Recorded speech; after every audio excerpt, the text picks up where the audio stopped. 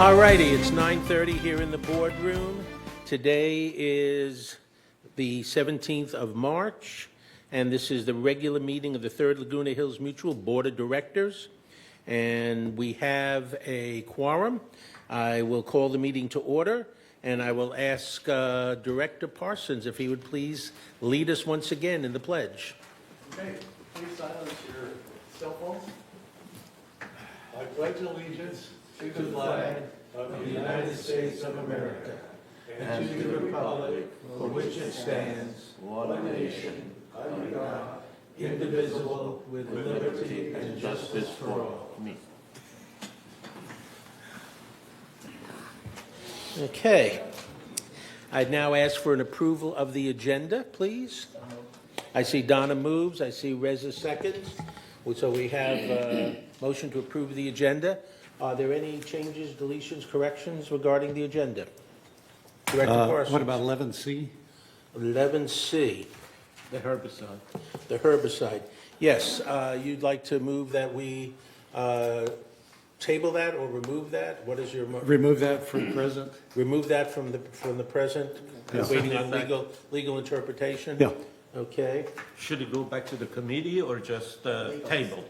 Well, I'd recommend that it go back to the policy committee. Okay. Okay, so you want 11C to go back to the policy committee.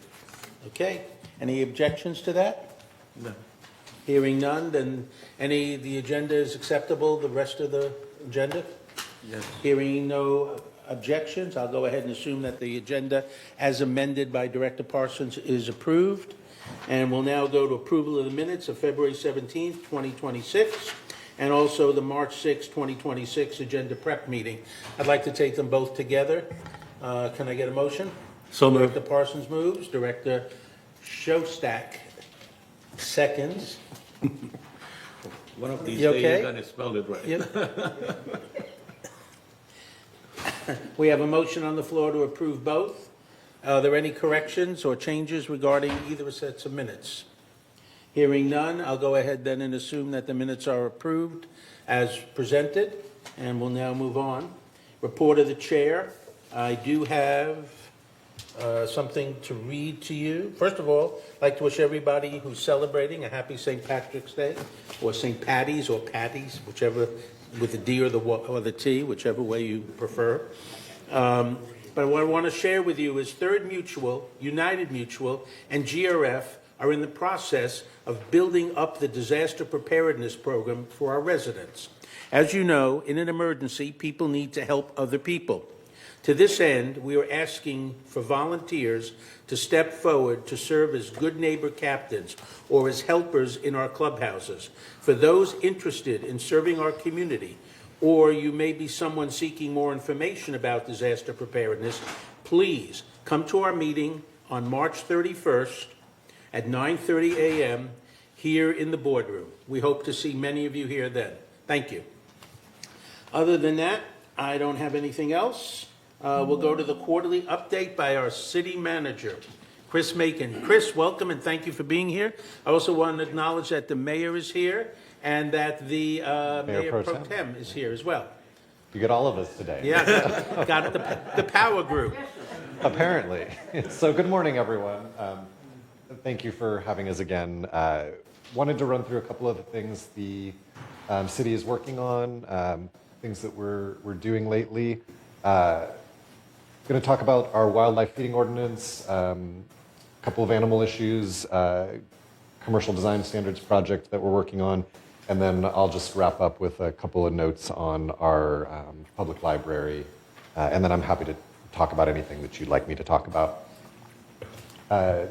So over the last couple of weeks, we've been meeting, the collective we, including Annie and Pearl, and myself, have been meeting with California Department of Fish and Wildlife and the United States Department of Agriculture on coyote-related issues. And one of the things that has really been reiterated by those agencies is the importance of getting wildlife feeding to stop.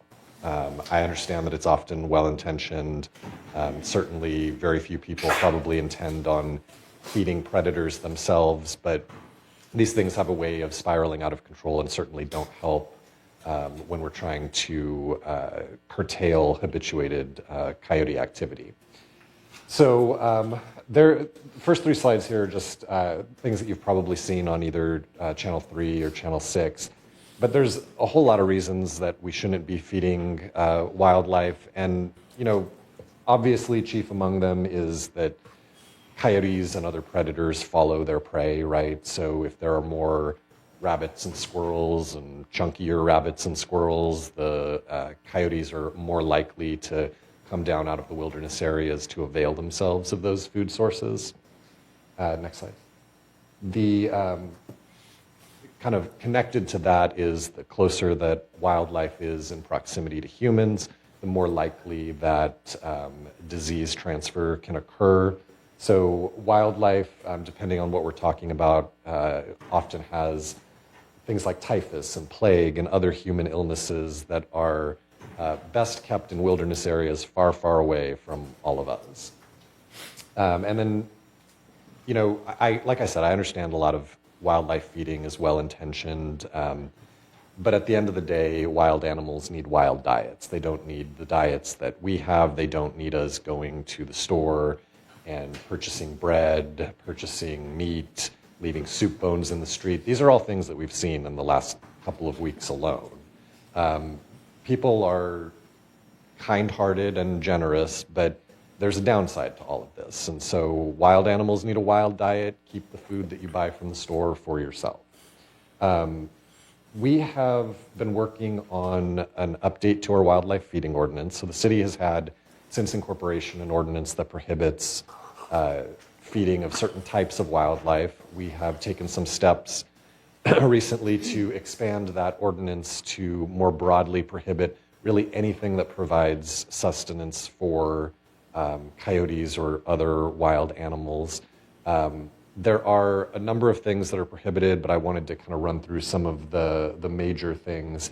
Obviously, leaving food out is prohibited. This is something that we see a little too often. Again, in the last couple of weeks, we've seen residents leaving soup bones in curbs and gutters.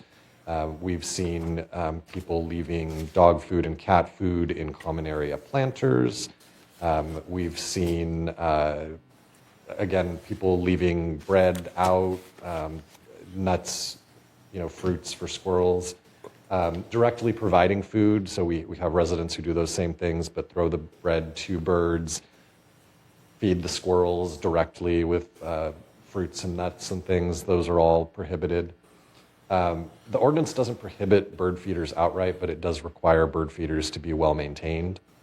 And so as long as we understand that bird feeders oftentimes, through no fault of a person's own, spill bird seed, right? Squirrels get into it, wind happens. As long as that bird feeder, the person who's responsible for it, has made a reasonable attempt to clean up, and as long as there isn't evidence of the attraction of rats, which again is a thing that happens a little too common, bird feeders are okay, but we are going to be taking a firmer line on enforcing maintenance of them. And then finally, fallen and decaying fruit. So I know that you all have been through the fruit tree issue. Our ordinance makes more clear that fruit rotting on a tree is a violation of the municipal code, as is fruit that has fallen from the tree, either rotting or accumulating below the tree. So again, it's about maintenance. It's not about prohibiting the tree outright, but requiring that the tree is maintained in a way that minimizes its attractant quality for coyotes and other wildlife. This ordinance, sorry, too fast, Michaela. That ordinance is scheduled for second reading and consideration of adoption by the City Council at their meeting tomorrow afternoon. If it is adopted at that meeting, it would take effect 30 days thereafter. This will be enforceable by both city's code enforcement staff as well as Laguna Beach Animal Control and their staff. Excellent.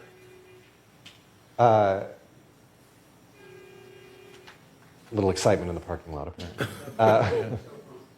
Annual low-cost spay and neuter program. I wanted to touch on this. This is something that I don't know how many of our residents are familiar with. We have a small number every year who take advantage of it, but there is a nonprofit Pup Laguna Beach, that works closely with the Laguna Beach, Laguna Woods Animal Shelter. And that nonprofit will cover most of the costs of spaying and neutering animals as long as a voucher is purchased in the month of March. So if you're somebody who has an animal that hasn't been spayed or neutered yet, there is an opportunity now through the end of the month to go to the Laguna Beach Animal Shelter, purchase a low-cost voucher that at certain veterinarians will cover the majority of the cost of those services. It's only open to Laguna Beach and Laguna Woods residents. Dogs have to be licensed. It's also available for cats. There's no cat licensing requirement there.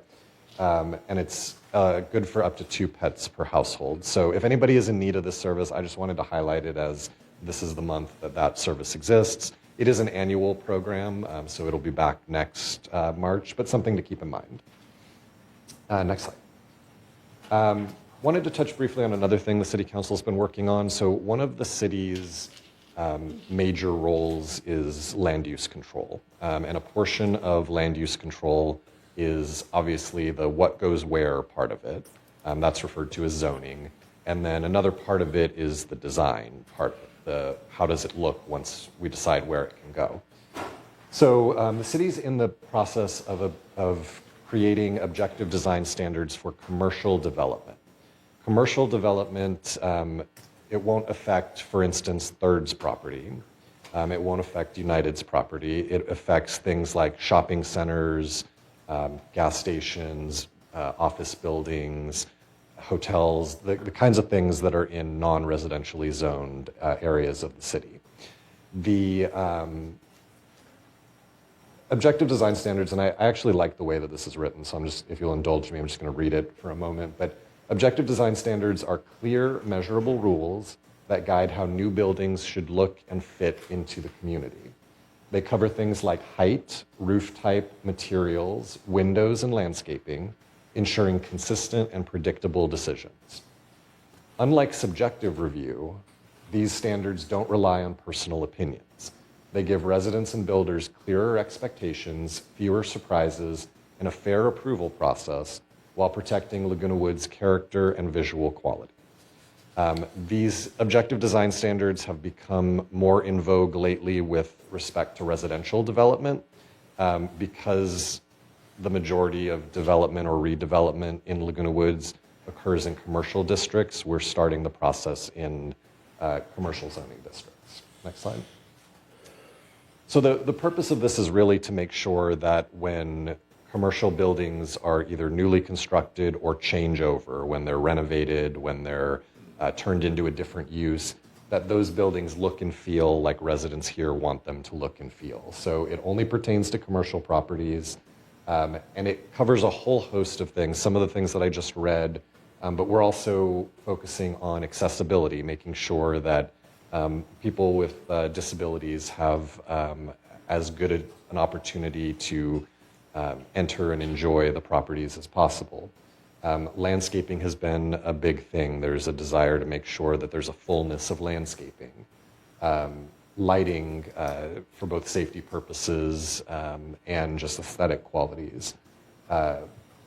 Things to do with parking and breaking up what could otherwise be large asphalt parking lots with trees and other shade devices. And then, of course, looking at active transportation like bicycle and pedestrian access. These design standards, right now, if a building is renovated, it undergoes a subjective design process at the city, but there really isn't a particular look and feel that's codified in the municipal code right now. This will give us that look and feel. And so on the next slide, you'll see that as the council's been working through this, we did a couple of things. We've had a council meeting, we've done some survey work with the consultant that we're using, and then we had a community workshop in January. From that community workshop and the subsequent city council discussion, the decision was made that commercial areas of the city should primarily typify a mission revival type architecture, and you can see an example of that is Village Greens, also the Clubhouse 2 area. but have some Spanish Revival elements available to developers as well. The picture for Spanish Revival there is the Laguna Hills City Hall just down El Toro across from what used to be the mall. And so the design standards are being built out kind of with this image in mind. There are a number of ways, next slide, for residents to be involved. There was a very lengthy council meeting on February 24th where our design consultant went through how this process works, how the design standards are applied, got some feedback from both residents and members of the city council. If you're interested, I would encourage you to watch that meeting. It's available on our website and I think has a lot of good information there. There will be a public review draft and comment period, probably in early summer or thereabouts. That'll be an opportunity to review the design standards in totality. And then there's also email notifications available on our website. I will say that we've been very pleased with the resident participation. The community workshop was well attended. I think had a good cross-section of residents with different opinions and different thoughts on what things should look like. So if you or anybody that you know is interested in being involved, we do want to make sure that development that occurs in Laguna Woods occurs in a manner that is pleasing to residents. And so I would strongly suggest that you participate if that's something you're interested in. And then finally, wanted to just share a couple of things about our public library branch. This next slide has some stats comparing 2024 to 2025. The library, despite its very small footprint, has seen pretty consistent growth year over year since it reopened. We're now serving about 31,000 non-unique attendees a year. We're just under 50,000 materials circulating through the library each year, and still at about that high 300s level for interlibrary transfers that could be coming from really across the state, across the nation, depending on what people are looking for that for whatever reason doesn't happen to exist in the Orange County Library. And then at just about 2,400 hours of computer usage inside the library. There are, our library staff asked me to share that there are a number of events that they're holding on a regular basis. They have a lot of different partnerships, so the ones that are on the screen here, and I know it's small, but they have a partnership with UC Master Gardeners, so there's a variety of kind of personal gardening, landscaping type programming that takes place there. They also have a grant from the Orange County Office on Aging that allows them to do some additional gardening and crafting type workshops. And then they partner with the county's waste and recycling department and periodically in connection with some of those gardening classes have been giving away compost to interested residents. So lots of interesting things going on. The library's website is on the screen there, ocpl.org. Or you can call the branch directly at the number there. But there's a lot of interesting things that take place there. So just wanted to mention that. And with that, I am happy to talk more about any of these things or anything else you would like me to talk about. But thank you again for having me here today. Well, first of all, Chris, thank you, because you bring us a lot of information that we share with all of our residents through the Television TV6 show. So thank you very much. We really appreciate it. I'll open up the floor. Director Parsons. Yes, can I get a copy of your slides? Yes, The Mikhail good has a copy. information. Okay, and Director Karimi. Thank you, Mr. Macon. A couple of questions. One is on the city ordinance for feeding animal. That applies inside the gate or only outside? Yes, that's everywhere in the city. It applies. So what are the citations? Just financial or ticket or how? What is the consequence? Yeah, so I want member to know that. yeah, so it varies, but we obviously, our hope, like I'm sure all of your hope, is that people, once confronted with the reality of what they're doing, will voluntarily stop feeding wildlife. So we certainly try to emphasize the public education piece of it. But we have the ability to fine, on the first occurrence, state law allows us to fine $100. Second occurrence, $200. Every occurrence after that in a 12-month period is $500. Wow. So there are financial penalties attached to that. We also have the ability to refer those complaints over to California Department of Fish and Wildlife, who has their own separate enforcement process as well, with additional fines and additional penalties. So it's not this is not a toothless ordinance. There is certainly financial penalty, and for really obstinate offenders, there's remedies beyond that we can pursue. Thank you. The other question that I have is about the fire station. Is there an update on that? Yeah, so we're meeting with the Orange County Fire Authority every other week. They are making progress. They're in the design portion of their project. They brought on a construction manager for it. Concurrent with that, they're still looking at standing up a temporary fire station within the city. I think I may have mentioned this before, or maybe it was to another board, but the Fire Authority has already staffed the apparatus that will eventually be housed at the new Fire Station 22. It is right now across the freeway in the city of Lake Forest. So they are looking to temporarily move it closer to us at a temporary station in Laguna Woods while they build the new station. But the new station, it's going to take some time to design. The construction fence went up. That was a requirement of state law that we take that portion of the park out of service as a park. But long story short, they are making progress on it. It's moving ahead. They've just to kind of provide some additional flexibility if possible, they've made some requests for federal funding to support the project. If they don't receive that, they have internal funding for it, but they are looking at ways to expedite the project. Thank you. Okay, anybody else? Questions? Chris, once again, thank you. Thank you. Mayor and Mayor Pro Tem, thank you also for your attendance. Appreciate it. Thank you. Thank you. Enjoy the rest of your meeting. Okay. We'll move now to the open forum.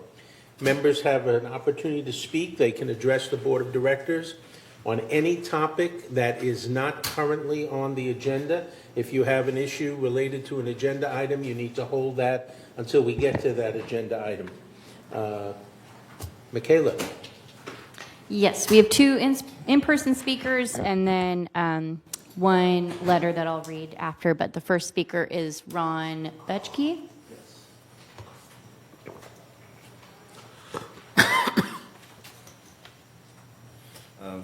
Good morning. My name is Ron Betchke. My address is 3487 Calle Azul, Unit B. I have some issues that I wrote down. I showed to Rob, President Rob, and he said two of them are not pertinent to here, so I will concentrate on just the first issue. But I also had an issue, now that I hear the mayor is here, that was addressed here last year that remained unanswered. So the first issue is I'm trying to understand how an individual resident like myself can get GRF or VMS to be responsive in a timely manner to an issue. Stu Hack recommended I come here and talk to you about it, so I'm here. I wrote a letter to the Globe. I had extremely leaky gutters which required repair. On February 18th, I contacted Resident Services and provided videos of the issue. I recognize that Coventry has many issues, so I just asked that Coventry contact me. 3 weeks went by, no contact. I can't understand how that is acceptable service. I understand they can't get to do the repair, but they must be able to come out, send somebody out to look at the issue, to see what it is. One additional person, I'm sure, on the staff could cover all these requests, so they can come out and look. So Rob said that this is an issue this board can address, and I'd like them to address resident services being able to contact you and be able to contact the appropriate departments to respond. The second issue has nothing whatever to do with that, but I'd like to know whether you want to comment on that first, or I should just go to the second issue. Well, we comment at the end after all the speakers, so we'll comment at the end. Okay. The second issue concerns lockboxes, which I addressed to this board last year, and I was directed to address it to VMS or GRF or whatever like that, which I did. And the issue is that the fire department does have a program which is very expensive, and the lockbox is a box you put near your front door with a key to your unit in it, and there's a master key from the fire department. Okay, so that if they respond to a 911 call, they don't have to break down the door to get into the unit. They use the lockbox. This is a program that's very successful, very valuable, and I think I'm trying to understand why the Laguna Woods or the city doesn't institute a program like this. And the program does exist. Nobody knows about it, but it does exist in the county. But it costs about 3 times as much as what it costs in Arizona for this program. And so I'm just trying to get I guess I'm really addressing the mayor at the moment, to look into a lockbox program which would be useful. I know the Laguna Woods has a system where you put a key in, Okay. and that is totally useless because in an emergency, somebody has to go get that key and bring it before the fire department gets to your unit. All right, thank you. Time's up. All right, Next speaker is Mary Stone.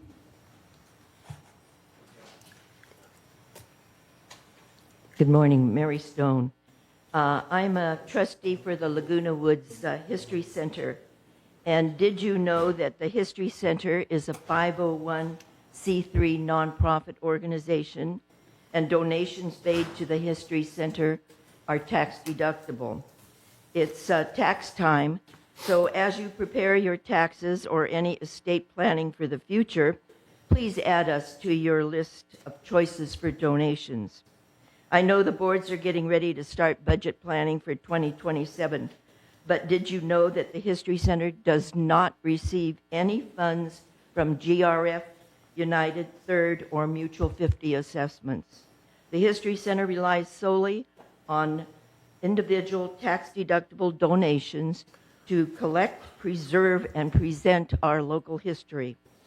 Laguna Woods Village organizations and clubs are invited to store their records at the History Center, where all materials are kept within national archival standards of controlled temperature and humidity. We preserve your organization's valuable records and facilitate central access. History Center collections come from people like you. You help preserve history by sharing photographs, scrapbooks, documents, and other items. We can scan your originals so that you can keep them for yourself. The History Center's website, lagunawoodshistory.org, is frequently updated with photographs, news articles, written histories, and links to other local history organizations and venues. You can also visit our YouTube channel, and we're on Facebook and Instagram. As a nonprofit, all-volunteer organization, the History Center depends on the active support of local individuals and village organizations. We are currently open from 11 a.m. to 1 p.m. Monday through Friday and by appointments. But if the lights are on, come on in. This is your place for local history. We need and appreciate your support. Thank you. thank you. All right, you have one more, you said? Kayla? Yes, it's a letter from Chris Collins that she requested I read aloud. Chris Collins, Manor 3306Q. I'm here with an update on the work done by the foundation on behalf of residents experiencing temporary financial crisis. You are not alone. Have you ever wondered what happens when a neighbor in the village quietly runs out of money? When the dental bill arrives, when the electric bill spikes, when a fall turns into weeks of home care, too many residents think they are on their own. They are not. The foundation of Laguna Woods Village is here to help to make sure no village resident has to face a crisis alone. Yet even after almost 29 years, many people still confuse the foundation of Laguna Woods Village with the Golden Rain Foundation. The foundation of Laguna Woods Village is a separate nonprofit charity, a federally recognized 501c3 created by village residents to help other village residents. It is not run by village management nor part of the village governance. It is simply neighbors helping neighbors. What kind of help is available? The foundation steps in when real life gets hard. It can help pay for electric bills, doctor and dentist care, prescription medications, caregiver respite care services, ambulance contracts, earthquake emergency kits, emergency response devices for fall-prone residents, hearing aids for those who cannot afford them, grocery cards, gas cards, transportation to the food pantry, Alzheimer's daycare scholarships. These are not extras. They are the basics that keep people safe and healthy.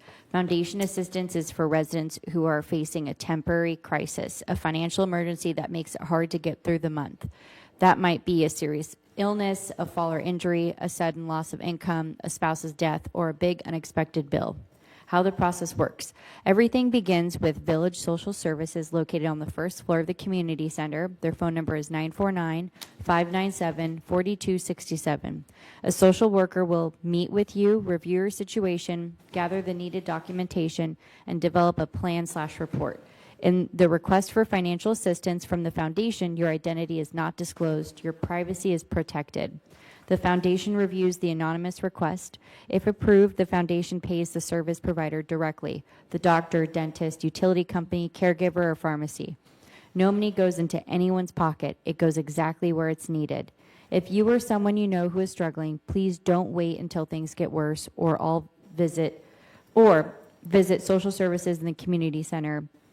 Again, it's 949-597-4267 and ask about financial assistance because everyone in the village deserves a safety net. For more information about the Foundation of Laguna Woods Village, visit foundationoflagunawoodsvillage.org. Contact the foundation directly at 949-268-2246 or email foundationlwv@gmail.com. And that is all for open forum. All right, thank you. So we have Mr. Bekji. Anybody want to respond? Your chair of M&C regarding his leaky gutters? Well, the only thing I can say is, do you have a ticket? If there is a ticket, I will follow and see what's happening. We're already following up on it. Oh, you already Yes, have? We're Okay. following up, thank you. They took the information down, and that's the CEO, just so you know. I canceled the ticket because I don't want it to come out anymore. We fixed it ourselves at our own expense, but I'm just want them not to follow up on my particular. But the idea the issue of responsiveness in general. Yes. Okay. All righty, duly noted. Thank you. We'll have that discussion with the CEO, and I'm sure the CEO will take that under advisement. So thank you. All right. Just so everybody knows, his other two issues were really GRF issues, because he gave me a written statement. I just want to at least acknowledge that. The second one had to do with clubs and club issues, and I told him he needed to take that to the Community Activities Committee of GRF. And his third item has to do with watching the Golf Channel and wanting that on DirecTV. And again, that's a GRF issue in terms of the lineup of DirecTV. Third Mutual has no role in that at all whatsoever. But at least those are the other two issues you wanted addressed. As for the firebox, the fire department lock boxes, I know nothing about that. I'm looking over at our CEO. Yes, I need to discuss with our security department. That's my first stop to see. Okay. All righty. And God bless you, Stuart. As for the History Center, yes, they do wonderful work, and I'd like to acknowledge that, and also anybody who can support them, that's appreciated. Director Hopkins, who is a member of the board of the History Center. Go ahead, sir. Full disclosure. Okay. Yeah, I just want to say amen to what was said by Mary Stone, but also add that not part of the History Center, but I do give a presentation on the history and purpose and vision that Cortese had when he put together the Leisure Worlds. And unfortunately, the next presentation at the PC Club is at 10 o'clock on Friday. And I know that there's also a meeting, corporate members meeting at 9:30. Perhaps, though, that after the meeting, folks can step up there and participate. But I gave the same presentation at the United Town Hall. I understand we had about 50 to 60 people. So it's gaining a little bit momentum, and I'm learning every time I give the presentation. Thank you. Just so you know, the meeting on Friday, it doesn't require all the corporate members. It's just the president who casts the vote on behalf of their board. So there isn't a need. That's why it's in the Willow Room as opposed to being down here. So it's really only for the presidents to cast the vote of however the board voted. Yes, it's a VMS corporate members meeting rather than a GRF corporate members meeting. Okay? Director Parsons. Yeah, talking about the foundation, I've been going to the Hard of Hearing Club and found out in there that the foundation can help in certain instances with hearing aids for people if they need it. And there are a lot of people in this village that have hard of hearing. A lot of them that do know about it, some that don't. But ran into one woman that is only using one, and she didn't know about financial aid of any sort.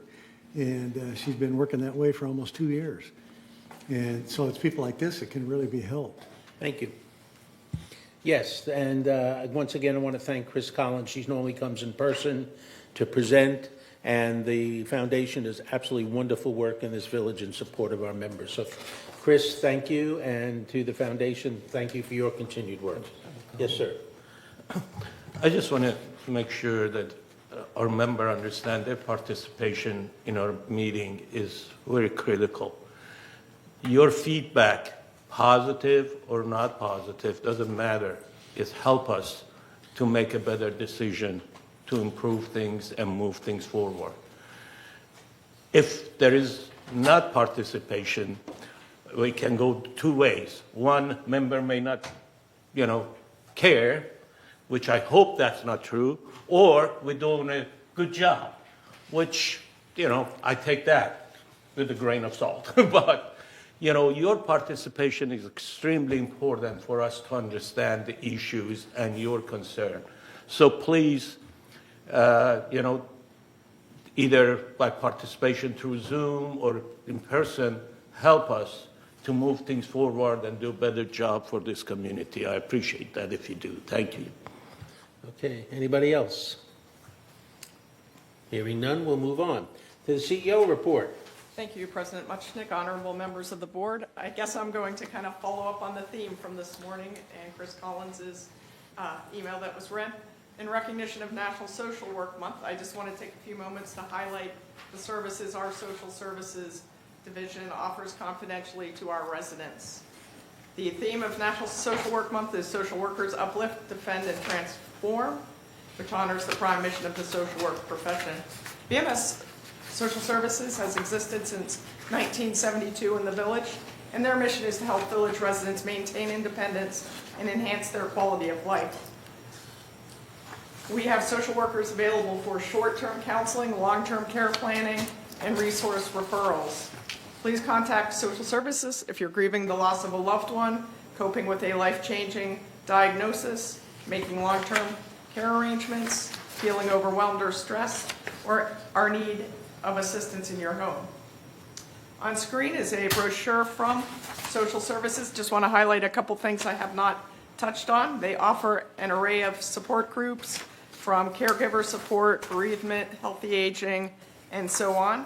There's also a social isolation prevention program and a cognitive health program. I also want to highlight the upcoming Planning for What If workshop that is being hosted by Social Services. It is intended to highlight how residents can protect their health, money, and dignity. Topics include what incapacity means and why it matters, essential legal documents, steps to prevent family stress, financial disruption, and unnecessary court involvement. The workshop is Wednesday, March 25th at 2 p.m. in the Clubhouse 7 main lounge. No reservations are needed. The presenter is Faye Blix, an elder law attorney that is well respected in this profession. It's again hosted by Social Services, and for more information, you may call 949-597-4267. I also want to highlight two important partnerships from the social services perspective. The first is with the Council on Aging, Southern California. This partnership allows the division to have an additional social worker on staff, providing direct services to village residents at no cost. The social worker delivers programming designed to identify and address physical, mental, and environmental health barriers experienced by older adults in Laguna Woods Village. And most importantly, as we've been talking about, is the foundation of Laguna Woods Village, which partners with social services to provide temporary emergency financial assistance. And Chris Collins' letter talks about how that can be accessed.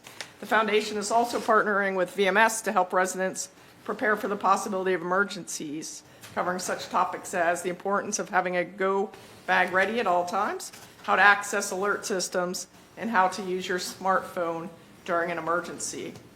Social Services is available Monday through Friday, 8 a.m. to 5 p.m. They're located just down the hallway here in the community center. They can be reached by telephone at 949-597-4267 or by email using the Contact Us button on the village website under Social Services. And as a reminder, all services are confidential. No information is disclosed to anyone not directly involved in your care without your written or verbal permission or as required by law. So please, if you know anyone in need of services, please encourage them to reach out to Social Services. Thank you so much. Thank you. Any comments? Director Parsons? Yeah, on the what if presentation, is there a limited number? Do you have to make reservations? Not at all. Please just Okay. attend. Okay. Anybody else? Thank you for that follow-up on the social services, something very important for our residents. All right, moving along, we now have item number 9, consent calendar, which we take all items on the consent calendar as a single motion and approve them. Can I get a motion to do so? So Director moved. Parsons. I see Director Shostak as a second. All right, any discussion? Hearing none. All those in favor of approving the consent calendar signify by saying aye. Aye. Opposed? Abstentions? Hearing none, consent calendar is approved. We now move on to entertain a motion to approve the 2026 annual election schedule. That includes things like the nominations open June 5th, 2026. Nominations close July 7th, 2026. The ballots will be mailed August 25th. The ballots will be due September 24th. The tabulation of the ballots will be September 25th. And the new President board Lutz. members will be seated at the annual meeting on October 1st. So these are already on the consent calendar. Well, that was on the consent calendar? Yes. Both of them are. I apologize. I had them separate. Thank you. Moving along. Good reminder, though. Yeah, thank you. I apologize. I had them separated out. I apologize. All right, we go now to, you let me go off longer than I should have. Thank you. Unfinished business, we entertain a motion to approve the third mutual Monterey-style floor plan, room reclassification. I will turn it over to the secretary, Director Johnson. This is Resolution 0326XX. Third mutual Monterey floor plan, room classification change. This has already been out for 28-day notice, and that's been completed. It was read in depth in the last meeting. So just to give you a little background, there's a Monterey floor plan that differs between Third Mutual and United. United changed their requirements back in 2017. It was kind of missed, so we had actually 2 floor plans. So this is an attempt to equalize the 2 mutuals to make it better for the residents and for us and the homeowners. So I will read the requirements for you so that you understand. The first is this reclassification process will be as follows. The member must initiate the request for a reclassification change. A copy of the current floor plan is submitted to Manor Alterations. An over-the-counter mutual consent is issued. The member submits this to the city for the issuance of a city permit. The city processes the bedroom room classification permit for compliance with building codes. If approved by the city, the member provides a copy of the final permit to Manor Alterations. Manor Alterations updates and logs the information. And if any changes are required, the member assumes full responsibility for any and all costs necessary to bring the room classification into full compliance. There's a variety of drawings to help people that are interested in converting from one bedroom and a den to 2-bedroom units. So see a Manor Alterations for help. Okay, you done? All right, can I get a motion to approve the third mutual Monterey floor plan room reclassification changes? Director Parsons moves.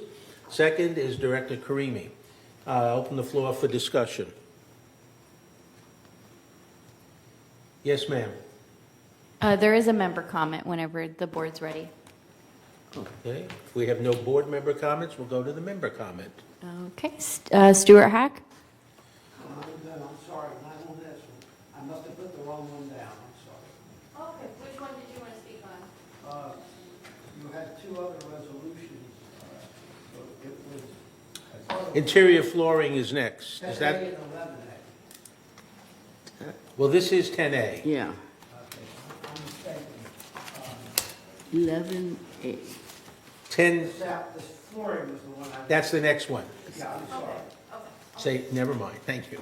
All right, hearing no more discussion, can I get us to vote, please? Are you going to put it up on the screen, or are we going to? No, I'll put it up on the screen. Okay. If everybody would please cast their vote. Director Park, do you have a vote?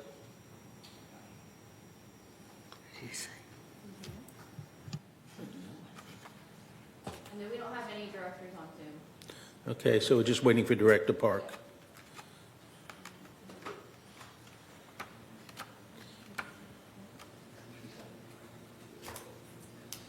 I don't vote. Director Park, would you vote? Yes, I did. Oh, you did? Okay. All right, vote is 7 yes, 0 no, 0 abstentions. Motion is approved. We now move to 10B, entertain a motion to approve the revision to standard 11A, interior flooring for second and third floor manors. Turn it over to our secretary. Resolution 0326XX, revised standard 11A, interior flooring for second and third floor manors. Whereas the Laguna Hills Mutual recognizes the need to amend standards and create new standards as necessary. And whereas the Mutual recognizes the need to revise standard 11A, interior flooring for second and third floor manors. Now therefore it be resolved, March 17, 2026, the Board of Directors for this corporation hereby adopts revision and amendments to standard 11A. Interior flooring for second and third floor manors as attached to the official meeting minutes. Resolve further that resolution 032567 adopted April 15, 2025 is hereby superseded and canceled. And resolve further that the officers and agents of this corporation are hereby authorized on behalf of the corporation to carry out this resolution as written. It has gone out for 28-day member review, and it's been satisfied. Okay, can I get a motion to approve this policy? I see Shostak moves, and I see Karimi seconds. Just to bring to everybody's attention some of the changes that this policy makes. First of all, there's no more mutual consent required. Instead, there is a new mutual registration form that has to be filed before work begins. And that new registration form will include information such as the materials, the specifications, the installation instructions, and the tentative completion date. Okay? Any discussion on this particular policy? Director Shostak. Yeah, because it's a change in policy, where will this be hosted or whatever? We might have people wanting to change flooring and not realize that they have to go through this process. Well, before they had to do mutual consent, so they'll still come in. They'll find out they no longer have to do the mutual consent. They just have to do a registration form. Okay, I just want to make sure. Correct, that- Alan? Alan, our Director of Manor Alterations is here, and he nods that that's going to be the new procedure. Okay. Anybody else? Mr. Hack?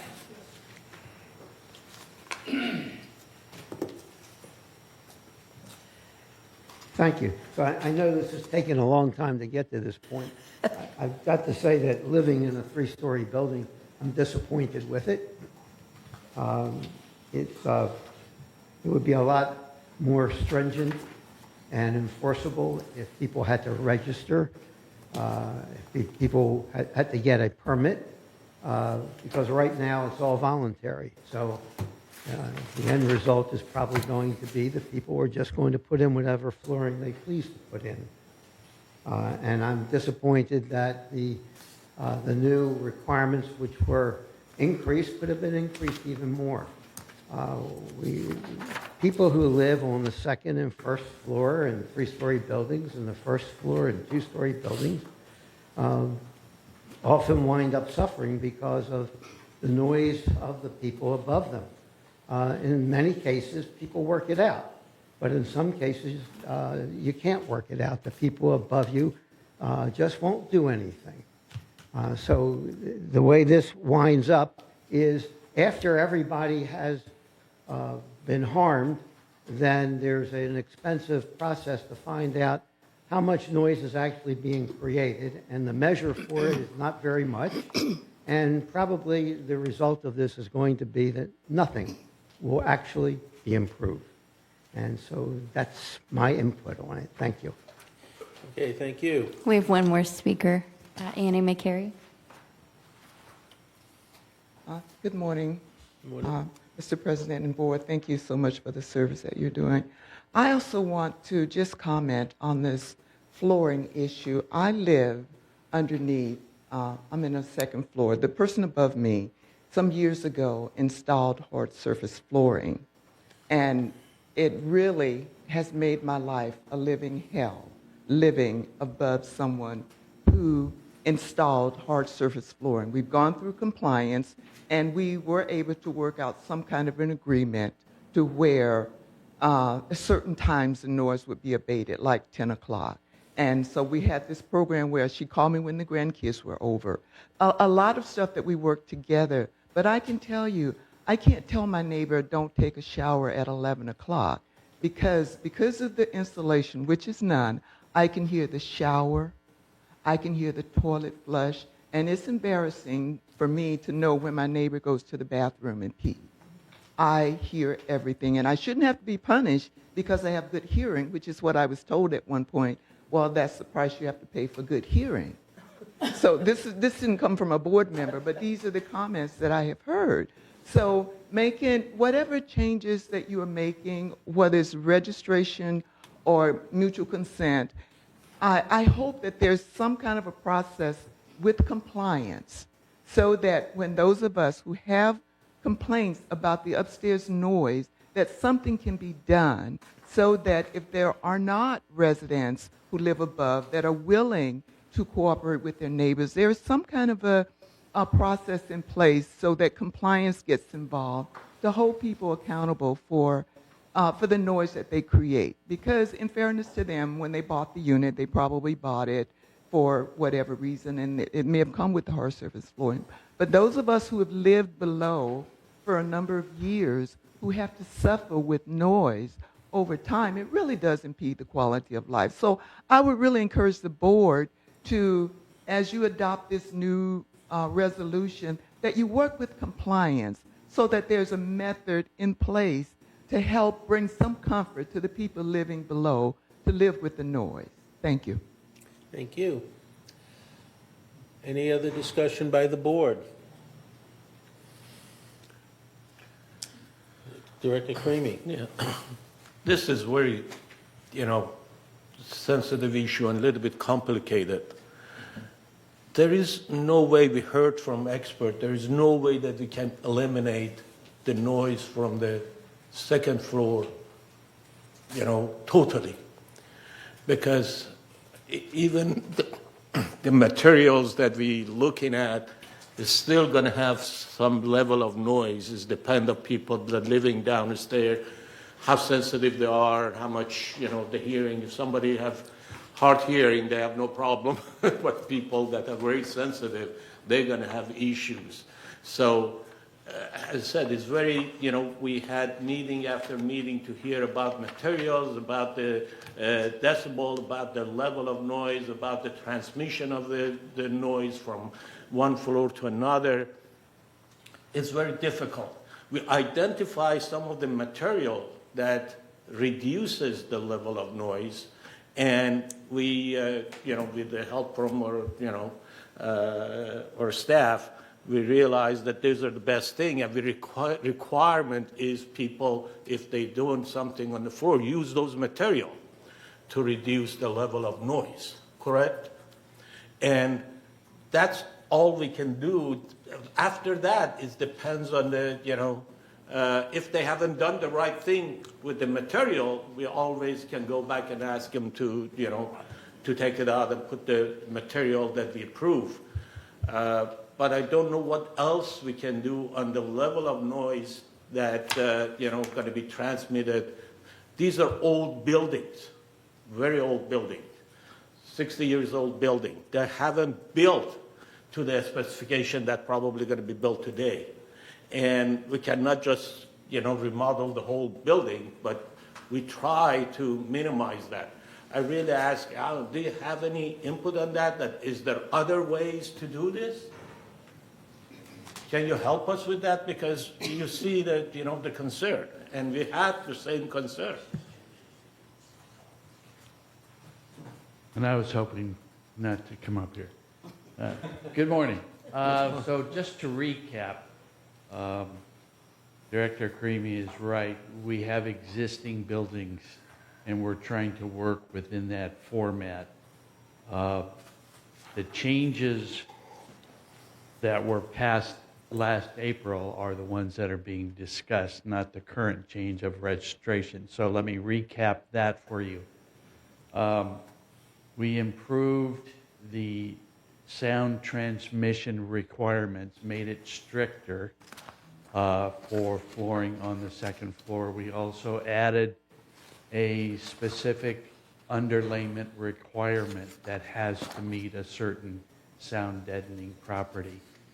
We've improved the requirements as much as feasible or reasonable given the conditions of our buildings. So that in a nutshell. Oh, and there is a very specific process to go through if there is a disagreement with the member on the first floor. So that's all spelled out in the standard. The standard is in enforcement, has been in enforcement, and this is simply a change to the registration process. Yeah. Did I answer that? Director Hopkins. Yeah, that was what I was about to comment on. I think this is just the registration process. The criteria for noise was passed, I think, before I got on the board, which was, what, maybe 6-7 months ago? It was in April of last year. Okay, I was on the board. But anyway, so we're not talking about the noise level at this point. We're talking about the registration of getting new flooring in. Correct. Yeah. But the member was concerned. I wanted the to noise. just speak briefly. The new standard is an improvement. Yeah. And as we push the envelope as much as we can reasonably given our current conditions with the buildings. That's why I listed the registration form as an issue. Okay. Director Park. Yes, it's been discussed. I know the noise level is being discussed very thoughtfully and deeply.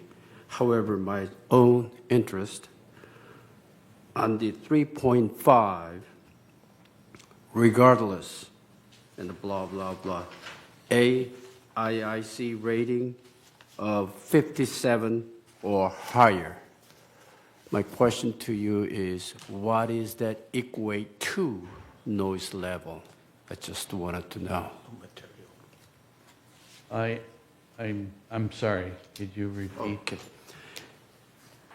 You specify AIIC rating of 57 decibel. Yes. Or higher. What is that equate to regular noise level that you normally test? That's my question. I can tell you that the code, building code minimum requirements are 50 or 45, depending whether it's tested in the field or in a lab. The old standard required a 50 decibel reduction. The new standard, we've raised that to a stricter standard or a higher level to 57. The AIIC is a specific test or rating of the material by itself, tested by itself, not tested in conjunction with another floor-to-ceiling format. I guess to answer Director Park's question, I'm looking up on the question. It says an AICC, apparent impact insulation class, rating of 57 dBs indicates a good level of soundproofing against impact noises, parentheses, such as footsteps, dropped objects, or moving furniture, close parentheses, in a real-world building setting. It does not specify the decibel level? No, it says 57 dBs. That's what I put in.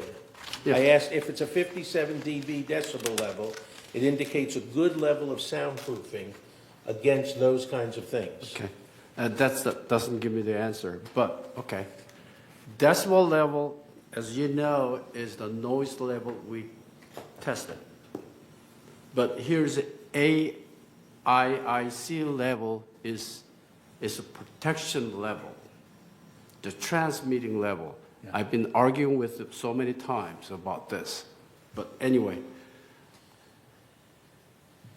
you know, sometimes you impose rules and regulation without knowing the meanings clearly.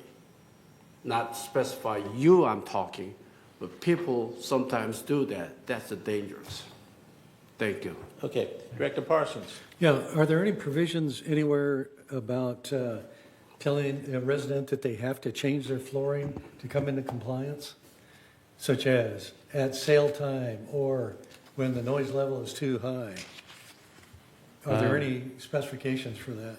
And let me answer that momentarily. Just to go back to Director Parks, all the definitions are listed in the front of the standard. So what AIIC is, what Delta AIIC, all the definitions are defined in front of the standard. The policy itself would come into effect with any new change out in flooring request. The policy standard requires, not policy, that if you're changing your floor, that it conforms with the current standard. And that's a registration of what you're doing. It will not affect the resale. There is no check to see what kind of flooring standard when a member is selling their home.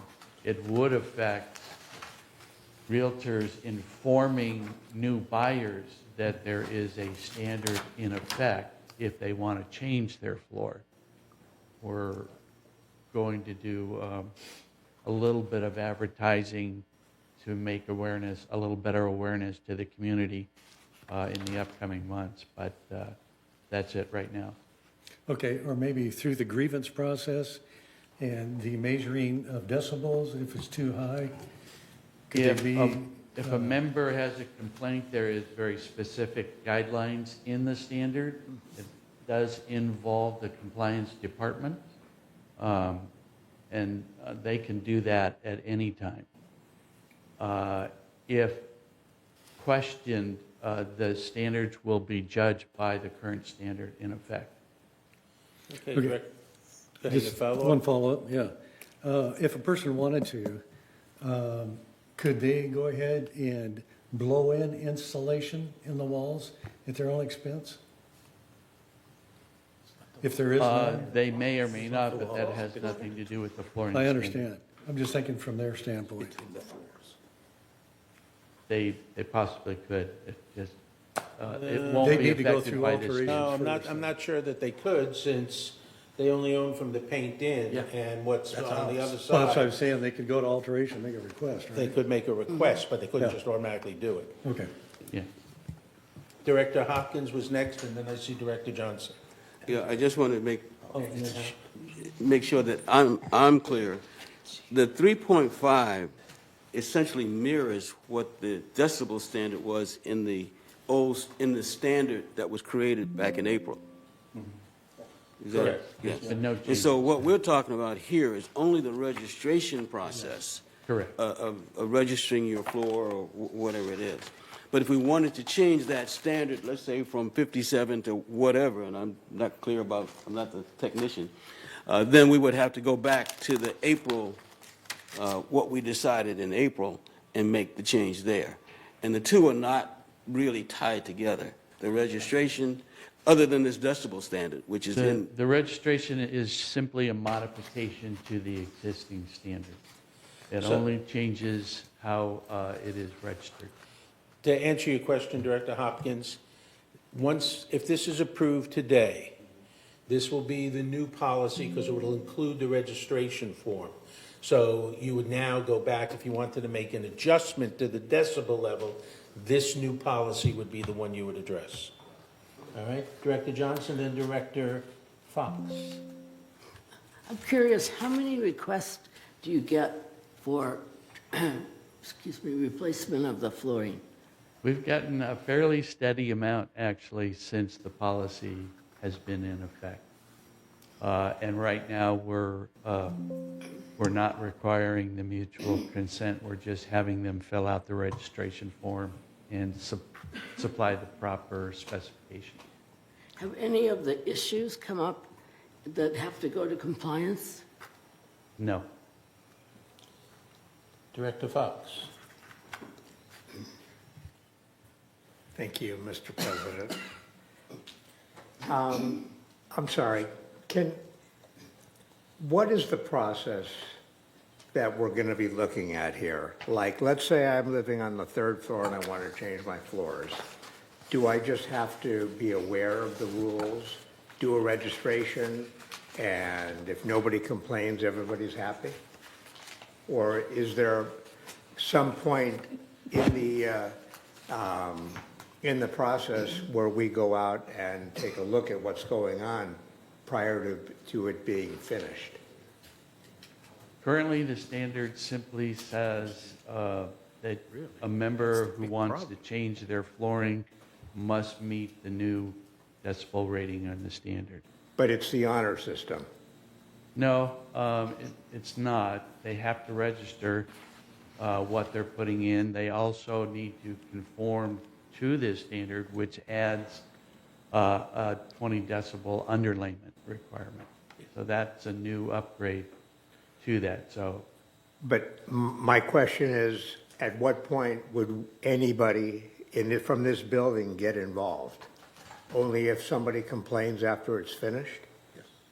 correct. That's all, Your Honor. Director Park. Yes, if I want to change my floor and register, can I go out there, Home Depot or someplace, to get the material that's specified so that it meet the requirement here or not? You probably could.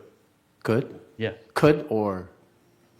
Well, I can't speak for all the products that Home Depot or Lowe's Or any place, I'm not, supplied, but there is a specific requirement that the member needs to be aware of. Yes. They can purchase any flooring as long as that meets the requirement. I Understand. understand that.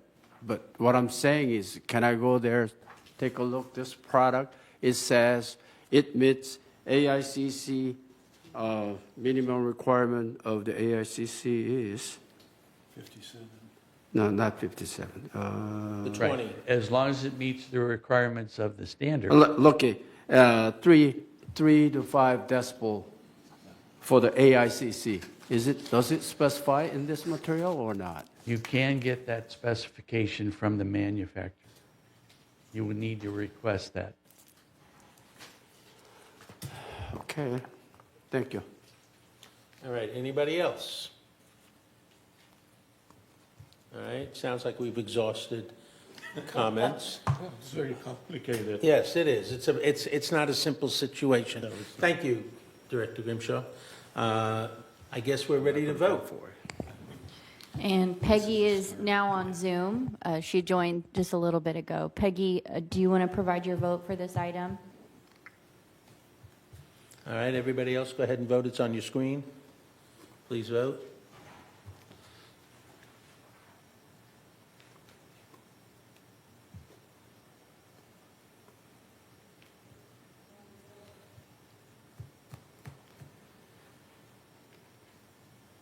Okay, Peggy, I see your hand raised, so I'll take that as a yes vote.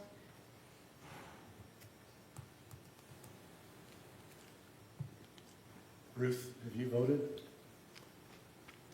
I thought I did. Okay, motion passes 6-2. We can now move on to the next item on the agenda, which is to entertain a motion to approve the revision to the alterations for accessibility. All members, except for Peg, should have a additional item that was left at your seats, because there is a minor addition. It was emailed. It was emailed as well. Okay, so Peg should have it then. Okay? This was actually added at my request. So when I read the policy, I didn't see anywhere in the policy that it specifically said that the member, this is on accessibility for people with disabilities, it didn't specify anywhere in the policy that the individual was fully responsible financially for the design, the construction, the implementation of the accessibility. So even though it was implied and it's actually listed in the Fair Housing Act, I felt it was important that we actually have a statement in our policy right up front that said that the member was responsible. So that's what is the addition, and that's why you have the new red line version. Yes, sir. Yeah. Also, at end of that is that if no longer is needed, who's responsible for removal? That's not there either. That's the Fair Housing Act. No, after there is Yes, no I need for understand. it yet. I understand. Who's responsible for There's a- removing? There's a provision in there that said that the association, you cannot force a person to remove it. No, you can't force them, but you can request it. Oh, yeah. Oh, You can yeah. request that they remove it. Sure. Okay? Oh, Wait, we don't, can we get a motion to put the policy on the floor? We need to read the resolution first. What? We need to read the resolution first. okay. So this is Resolution 03-26XX, Alterations Accessibility Policy. Whereas the Third Laguna Hills Mutual recognizes the need to amend policies and create new policies as necessary. And whereas the Mutual recognizes the need for the Mutual's policies to work in harmony with relative county, state, national guidelines. And whereas the Mutual recognizes the need to revise the alterations for accessibility policy. Now therefore be it resolved, April 21st, 2026, that the Board of Directors of this corporation hereby adopts the alterations for accessibility policy as attached to the official meeting minutes. And resolve further that the determination of whether a proposed accessibility alteration, AA, meets the criteria set forth by the alterations for accessibility policy shall be made by staff and processed as a mutual consent. And resolve further, unapproved deviations from the approved AA may be subject to resolution through the variance process. Additionally, objections received within 10 days of notifications will require a variance. And resolve further, appeals may be made to the mutual board, whose decision shall be final and made in the mutual board's sole and absolute discretion.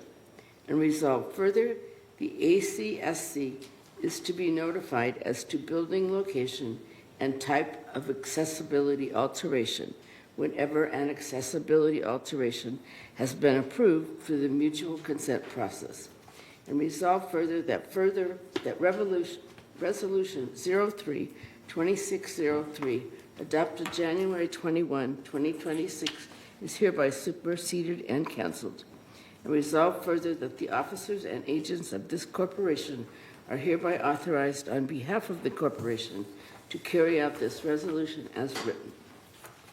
Okay, now, can I get a motion to put this on the floor?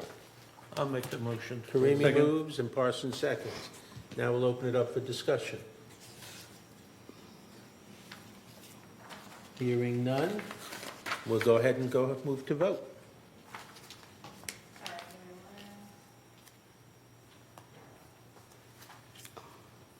If everybody would please cast their ballot. Peggy, I see your hand raised, so I'll mark you as a yes vote.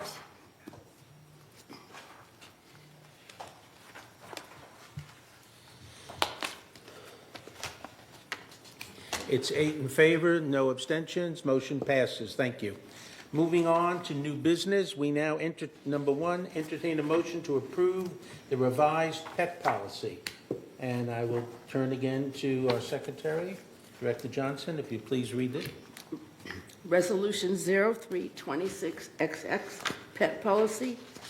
Whereas the Board of Directors of Third Laguna Hills Mutual recognize the need to amend the pet policy to set out the rules and regulations for the treatment and handling of pets within Third. And whereas the update of the pet policy to include clarifying language to the care and control portion to specify dog instead of pet in common area.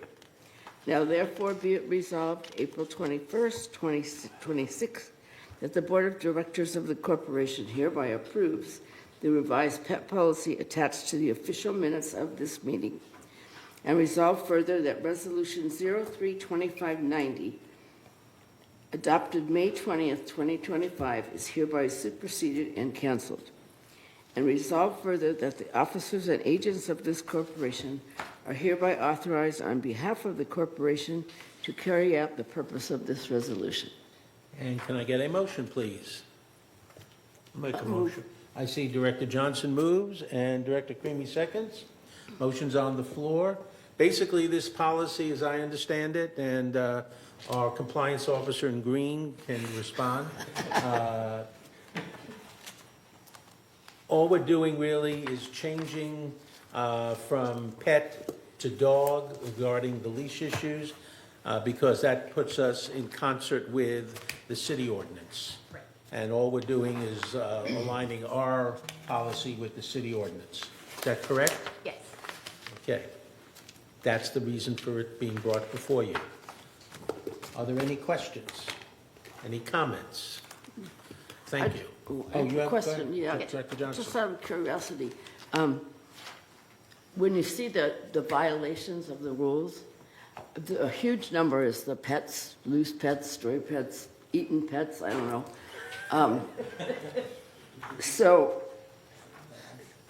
Do you see a lot of those in compliance too now? We do deal with members that have dogs that excessively bark, or members that do not have their dogs on a leash shorter than 6 feet. Or sometimes dogs get free and run into the common area, and we have to send a letter to the members just advising them any dog that you own has to be under your control. So do they get a warning? Per your disciplinary process, security goes out, takes a report. We do send them a courtesy notice advising them of your pet policy rules. If the member complies and ensures that their dog is always, or pet is under their care, they don't hear from us again. But if it does continue, we follow on with your disciplinary process. Okay. Thank you. Anybody else? Questions, comments? Hearing none, I guess we'll go ahead and move to a vote. Alrighty, thank you. Thank you. I did see Stuart had requested to speak on this item. Did you want to Oh, still speak? Stuart? Okay. Yeah, just a comment. Part of what was included in this was a replay of the changes that were made. One of them was that in three-story buildings, animals are not allowed to defecate, et cetera. So I got a phone call from a resident of a three-story building complaining to me that she takes her dog out and has it defecate, and then she cleans it up, and she was told she can't do that anymore. That's, on the green area of the That's correct, that's first correct. floor of the building. So thank you for having passed that original change, because she can't do that anymore. Correct. Thank you. And it was because of issues in three-story buildings that we made that change. Yeah, thank you. No, you're very welcome. Any other discussion? Hearing none. Let's go ahead and vote, please.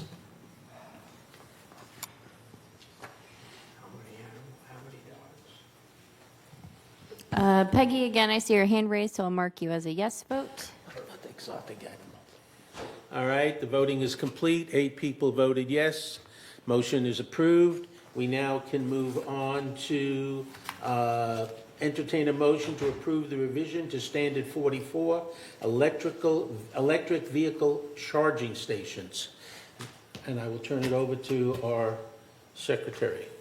Resolution 0326XX, revised standard 44 electric vehicle charging stations. Whereas the Third Mutual recognizes the need to amend standards and create new standards as necessary.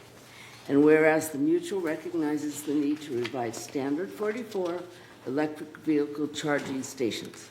Now therefore be it resolved April 21st, 2026, that the Board of Directors of this corporation hereby adopts revision and amendments to Standard 44, electric vehicle charging station, as attached to the official meeting minutes. And resolve further that Resolution 03-1545, adopted April 21st, 2015, is hereby superseded and canceled. And resolve further that the officers and agents of this corporation are hereby authorized on behalf of the corporation to carry out this resolution as written. Okay, thank you. Can I get a motion to put this on the floor for discussion? Make a motion. Karimi moves. Can I get a second? Johnson seconds. Okay. Is there any discussion about this particular motion? Just to acquaint people, really what this does, it removes the requirement that Third be named on the insurance policy. That's no longer a requirement. And the other thing it does is it addresses the whole issue of backup batteries, where they can go and the requirements for them in terms of backup batteries. And this is especially relevant for carports and mostly for carports. Okay? Any other discussion, comments? Director Hopkins. Doesn't it also change the requirement for exclusive use common, a station put in an exclusive use common area? It has to do with the number of where batteries can be placed, the visual aspect of those batteries as well. But in terms of exclusive use common area, if you're thinking about garages, the interior of a garage, there's no problem with the placement of a battery inside a garage.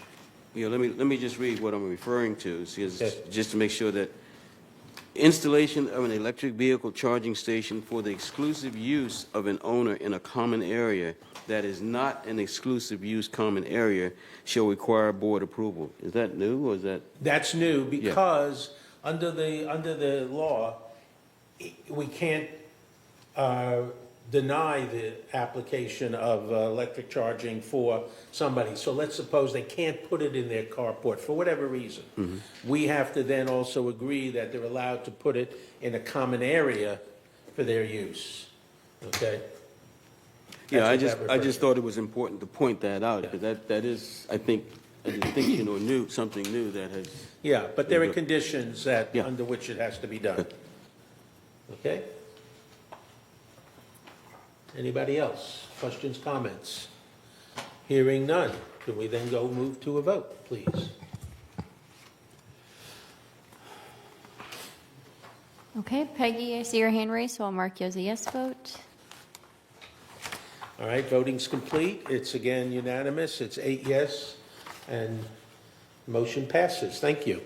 That concludes our new business. We now move on to third mutual committee reports. No, one more? No, we move to Okay. pull that from the agenda. Okay?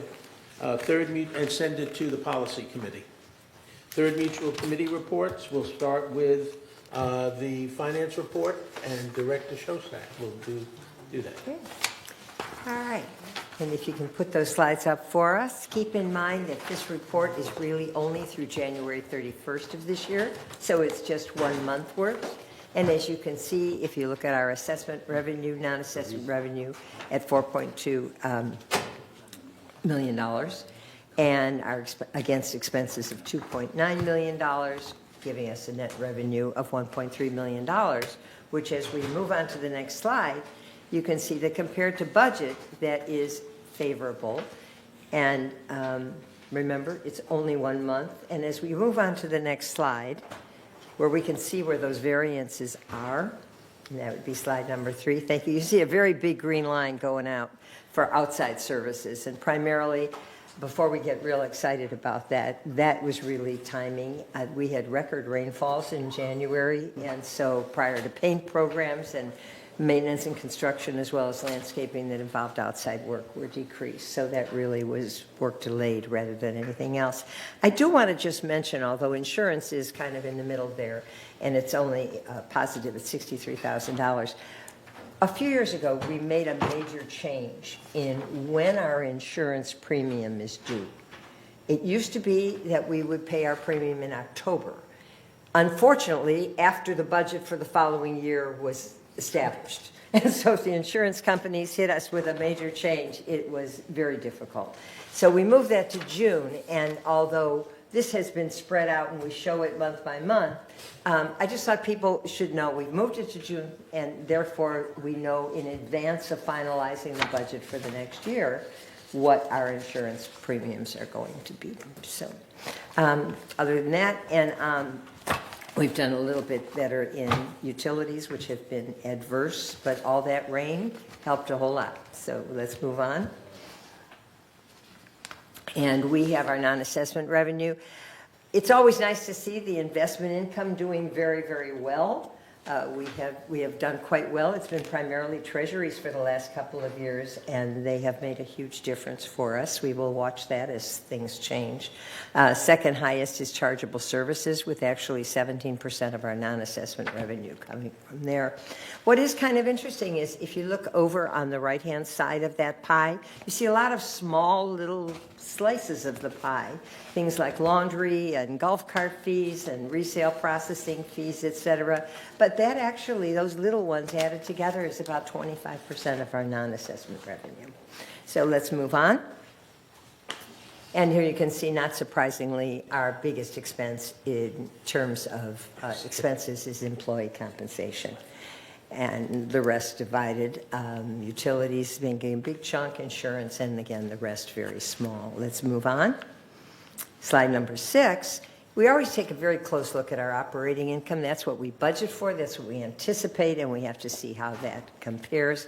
And this was really only 1 month worth, and we did have an operating surplus that was fairly small, so we'll watch that as it goes on. Moving to slide number 7. This is our non-operating funds. That's we call it non-operating. That's our reserves. It's not the things we can plan for very closely. It's what we anticipate might happen. And you can see the Garden Villa Fund, very, very small, but it's doing well. It's holding its own. The Unappropriated Expenditures Fund, that's usually what was referred to by most people as a contingency fund. That's the just-in-case fund. The Disaster Fund, something that we always try to keep handy. Replacement funds, that's where we think about maintenance, et cetera, in our buildings that are aging. And again, the balance at this point was looking fairly good, but only 1 month worth. Let's move on to slide number 8. This is just the same thing presented in a bar format. Across the top, if you've got really good eyesight, you can see a very, very thin line that represents the Garden Villa Recreation Room Fund. It's very small. It is really maintained by those residents and owners in the Garden Villa buildings. And so that's something that's been doing well, and it's pretty steady all along. And you can see that the others, for the most part, our replacement funds have slowly grown over the years. Unappropriate expenditures, the contingency fund, has also grown over the years. And the disaster fund shrunk a bit, and part of that had to do with the fact that we now can carry earthquake insurance and therefore don't have to cover to the same extent. So moving on to slide number 10, the resale history. Again, we only have 1 month worth. Sales were a bit slower in January this year, possibly because of all that rain. People couldn't go out looking. But it doesn't look like it's a great deviation, and we will find out in February and March whether that sunshine made a difference.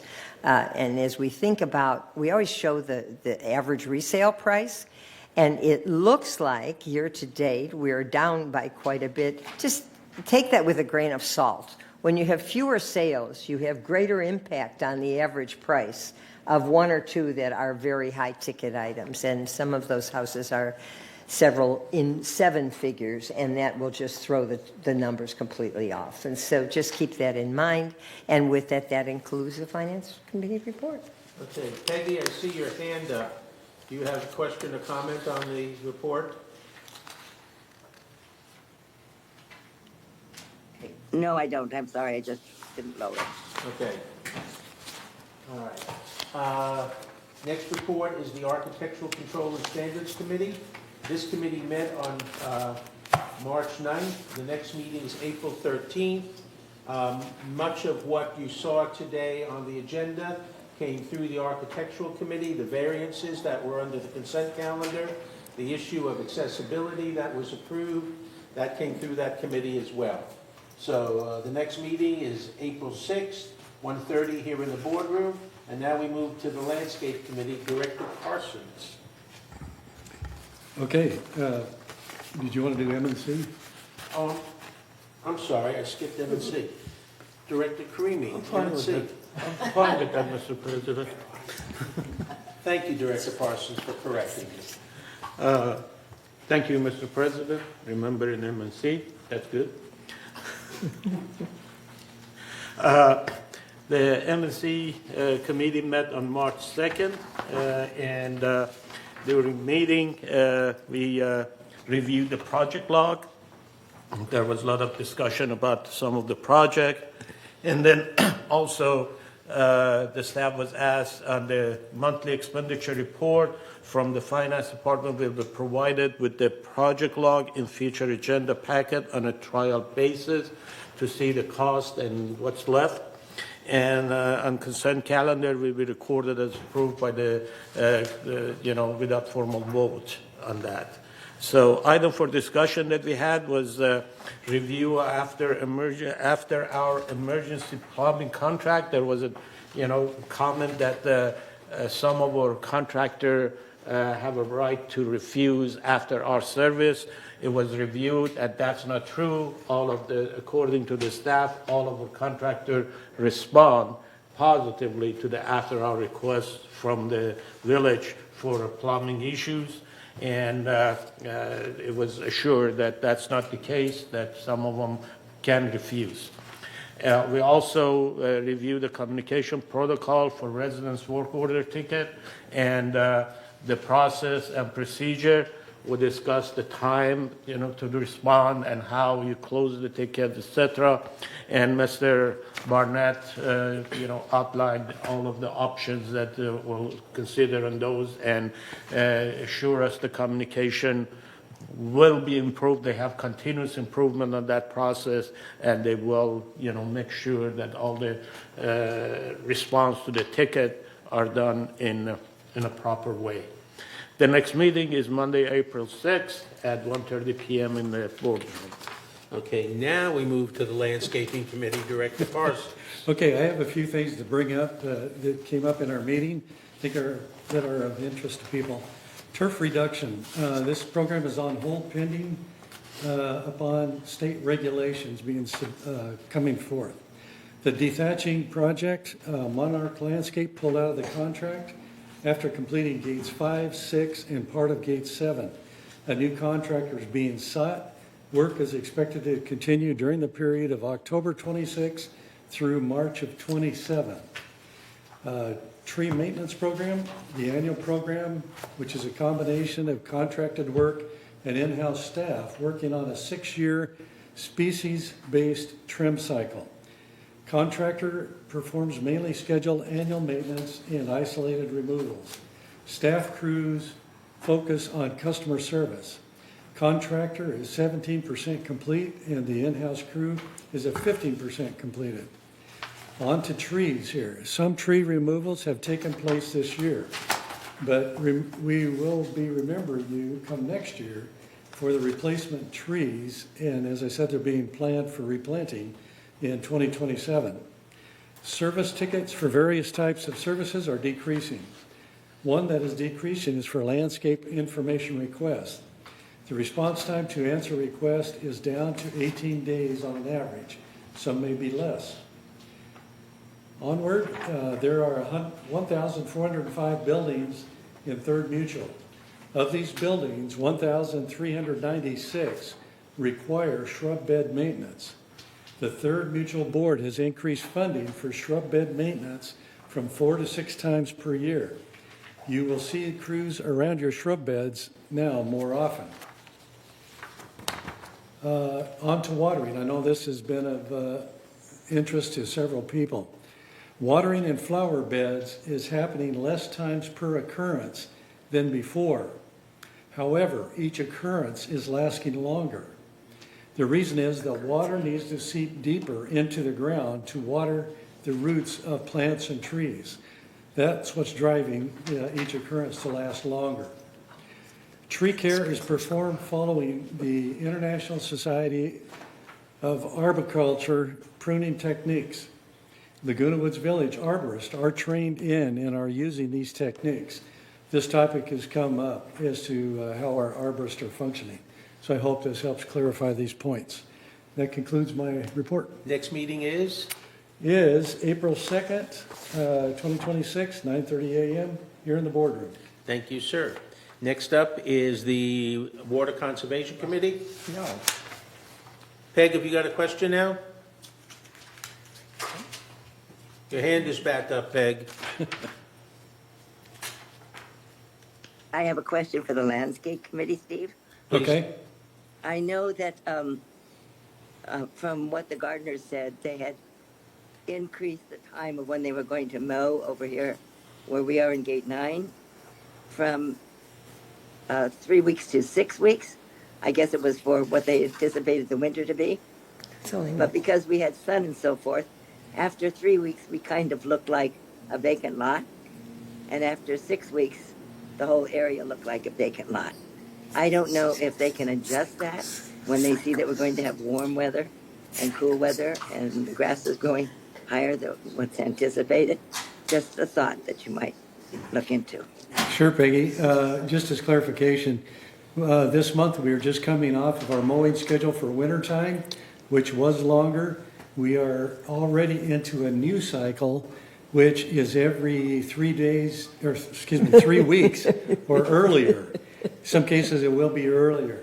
So stand by, you should be noticing those changes taking effect. Yes, we have. Thank you so much. It's just for next year I was commenting.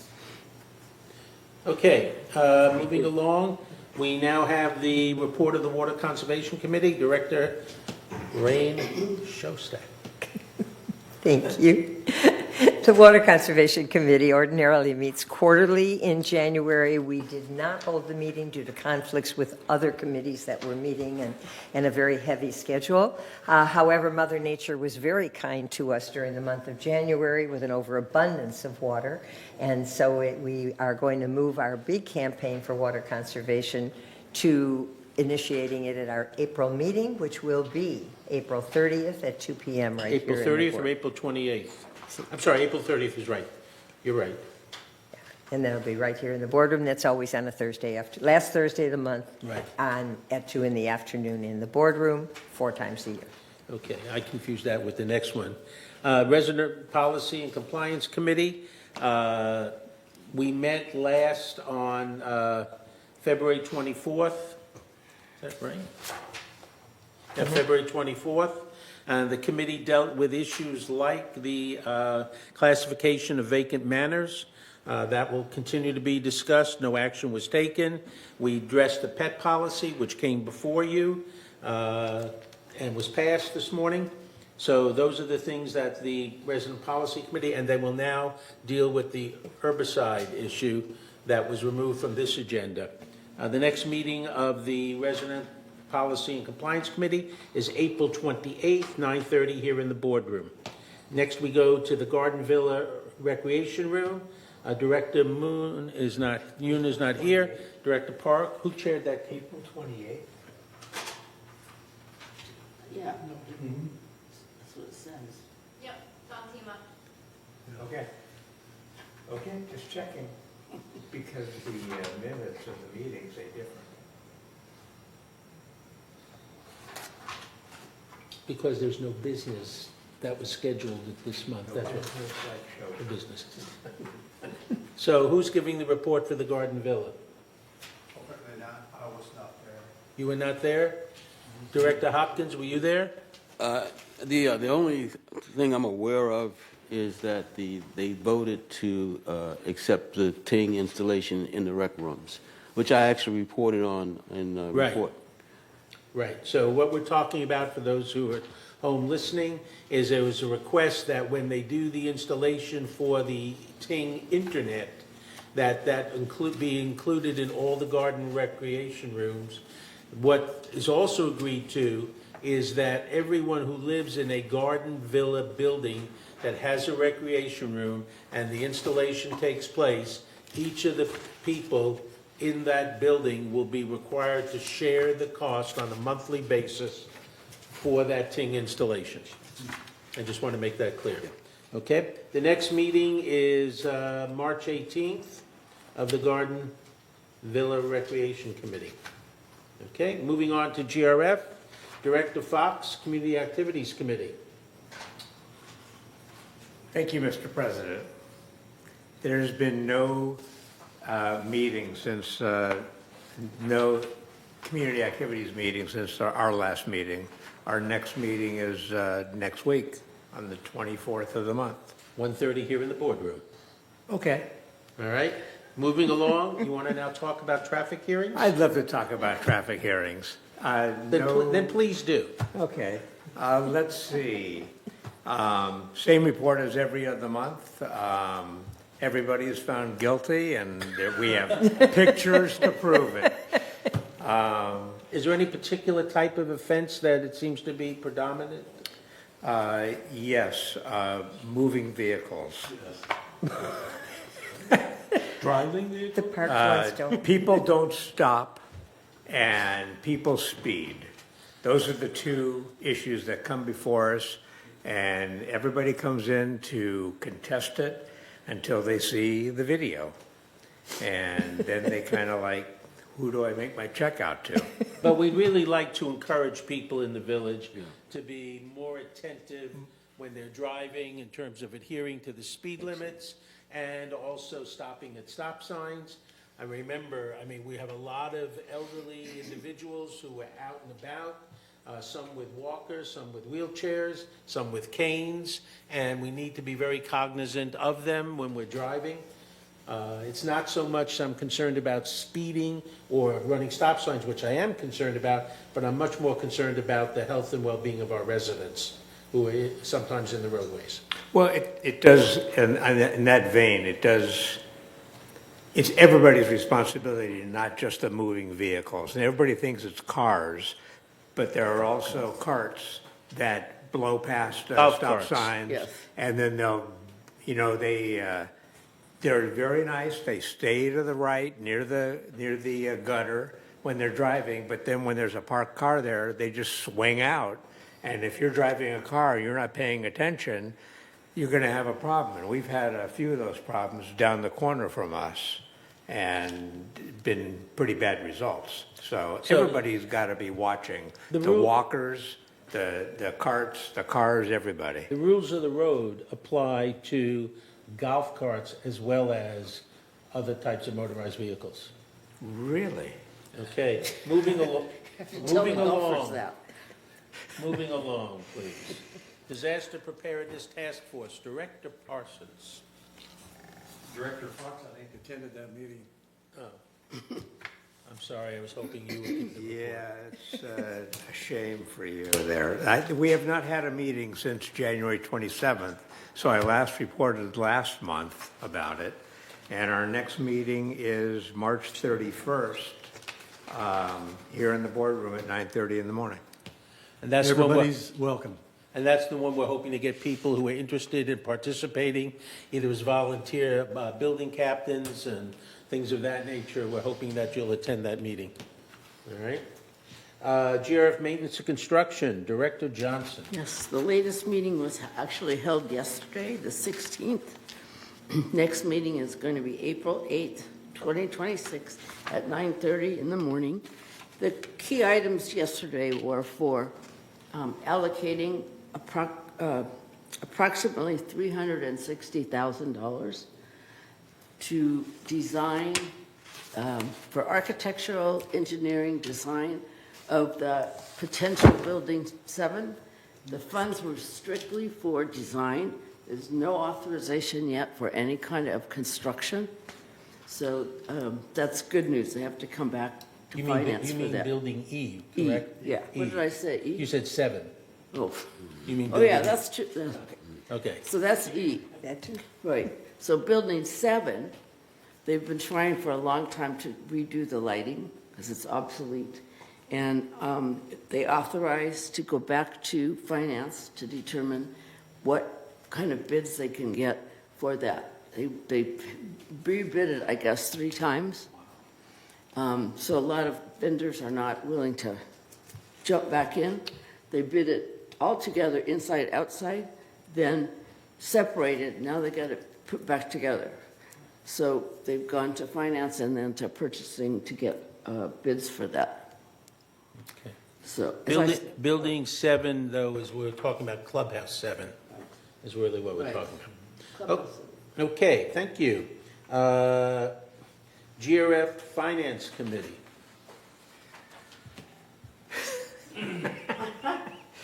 Okay, so the Finance Committee for GRF. Honestly, there wasn't a lot that, what? No, I was going to say yesterday's The meeting- special the meeting session was that's noted canceled. here was canceled. Right, but last month there was a meeting. And we covered a couple things of insignificance, really. Nothing to speak of, mostly a discussion about the process of budgeting and how the VMS staff looks at things and reviews the numbers and whatever they do. And really, I have nothing more to say on what the committee did. Your next meeting? The next meeting, we have another meeting, April 15th. At 1:30? Okay. Here in the boardroom? Perfect. GRF Mobility and Vehicles Committee, Director Hopkins.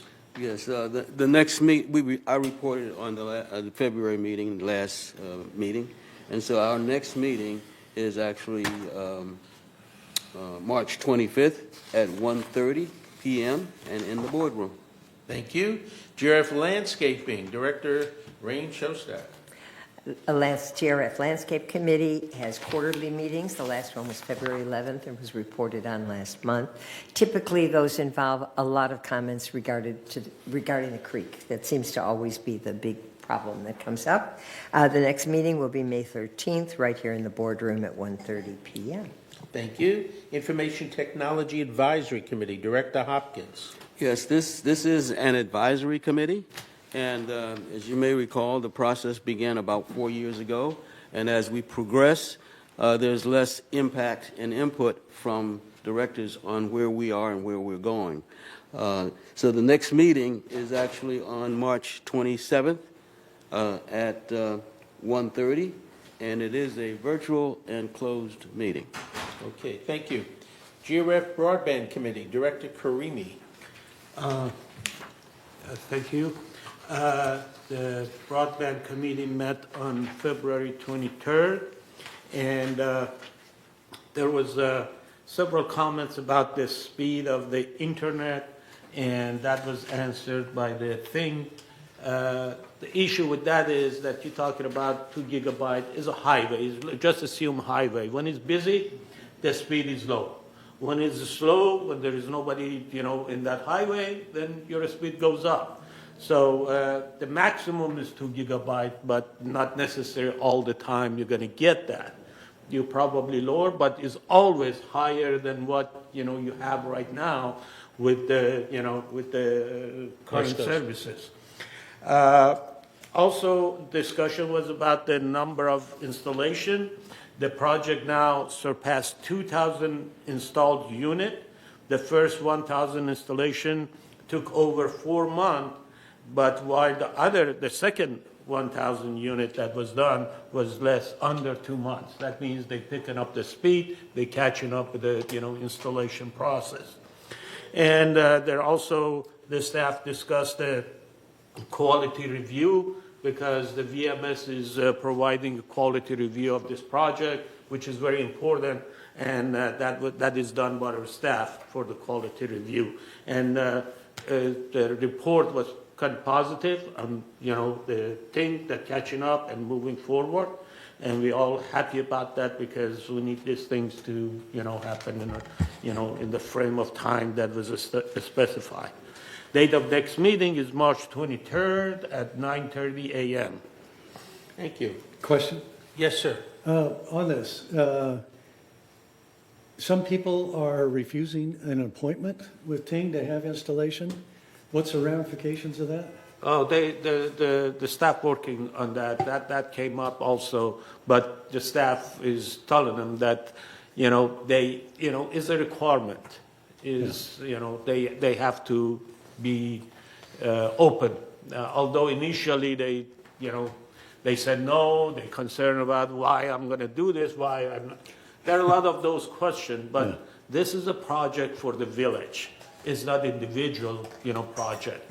And, at the end of the day, they will, come around and say, let's do it. Because when they see the benefit of it, they will come around. I'm not saying it's 100%, but, it's understandable. Okay. GRF Security and Community Access Committee, Director Parsons. Okay, several things took place there. I'll try to get through them as quickly as possible. If you're interested in an RV lot, Lot A has 48 vacancies, Lot B, 11 vacancies. Violations between October 22nd and February 10th of this year, I should say October last year through February this year. As Director Fox mentioned, failure to stop at stop signs, 120, and I'm just talking about here in Third. Displaying expired registrations is something that doesn't come up very often. There are 57 of those. You need to be reminded that if you have a vehicle in here, you have to keep it registered or get rid of it. Orange County Sheriff's Office, they had 12 notices of fraud reports. Fraud is still a big deal, and not all of them are being reported. Social services, as the CEO report mentioned, there are a few additional items I'd like to say. They published a report for all of their activities last year, significant, and they are real busy puppies, boy. Social Services has been very busy in 2025. Some of the work they did was open cases, 302, front desk, phone calls, and walk-ins. I would hate to be the receptionist there, 5,897. So they're quite busy. Under resources and referrals, they had 9,009.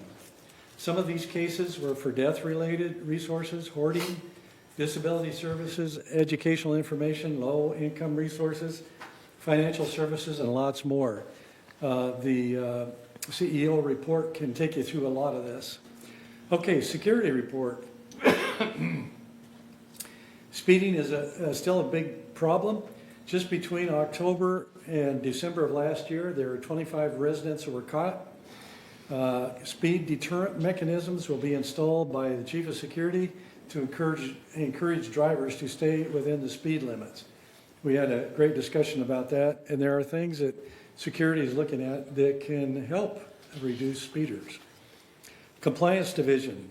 This division reports that even though the number of violations have decreased from a total of 708 in December to 650 in January, there are some areas needing attention by our residents, such as animal nuisance, carport clutter, common area clutter, patio clutter, and general nuisance. Please take note of these violations and be courteous to others and don't let clutter get the best of you. Items for discussion, there were 2 of them. An item for discussion was the proposed capital purchase to replace operating units for gates C and D at the golf course. The current operating units are over 20 years old, have exceeded their useful life, and are no longer supported by the manufacturer. Replacement parts are no longer available. A motion was made and passed to support staff's recommendation. It'll go forward, I think, to their Finance Committee in GRF. A proposal was introduced to solve clubhouse emergency supplies using shipping containers. The idea is to procure half-sized containers and place one in a parking slot at each clubhouse. These would house general supplies, water, medical supplies, and so forth to be used in case of an emergency situation. Security is looking into this proposal. And that concludes my report. Okay, the next meeting is April 22nd at Correct. 1:30 in the boardroom. Correct. Director Hopkins. Yeah, quick question. What's an operating unit on the golf course? You mentioned that the operating unit need to be replaced. Yeah, I'm not exactly sure on that. Okay. That was my first meeting being to, so. I will find out and get back to you. Director Johnson. Yes, I was curious, what is this kind of speed deterrent devices they're going to put in? It's something I've never heard before, but in security and police work, they have special things that they can pull out of their hip pocket and place in certain things. Like one thing they're looking into is putting a line